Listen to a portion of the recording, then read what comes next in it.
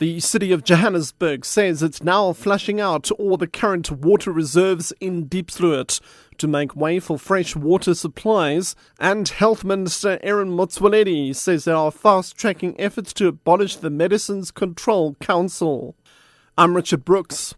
The city of Johannesburg says it's now flushing out all the current water reserves in Diepsloot, northwest of the city, to make way for fresh water supplies.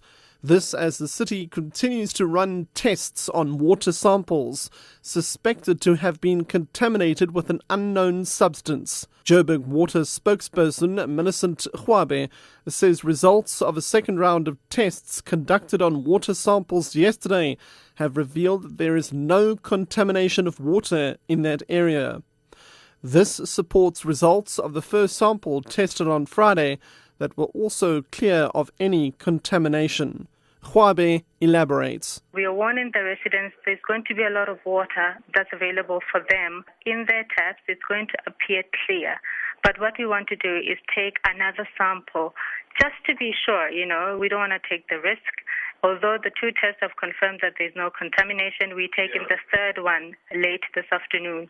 So we'll get more results before we give the residents an all-clear indication sometime tomorrow, late in the afternoon, we think.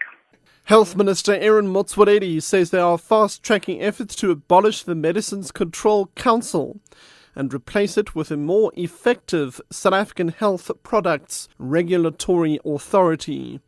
In November last year, Cabinet approved the establishment of SAHPRA, a regulatory body that will be responsible for registering medicines and medical devices. Pharmaceutical companies have in the past criticized the MCC for being slow in registering medicines, leading to a backlog of unregistered medicine. Cabinet had called for the quick implementation of SAHPRA to ensure it supports the phasing in of national health insurance.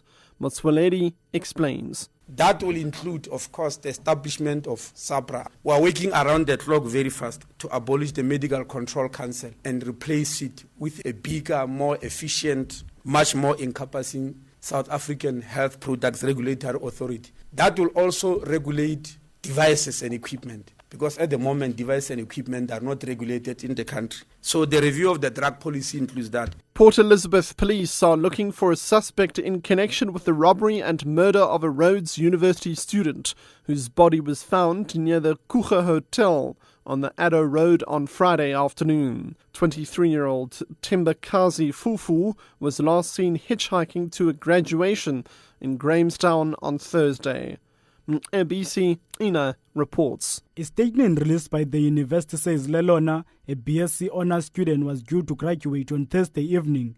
Police spokesperson Andre Biechte says she was last seen when she left home at Motherwell in Port Elizabeth to hitchhike to Grahamstown to prepare for the Thursday evening graduation ceremony. The family, who had arranged to travel to Grahamstown later in the afternoon, lost contact with her and reported her missing to the police on the same day. Her body was found near Kucha Hotel outside Motherwell on Friday with 4 stab wounds to the chest. Robbery is suspected to be the motive.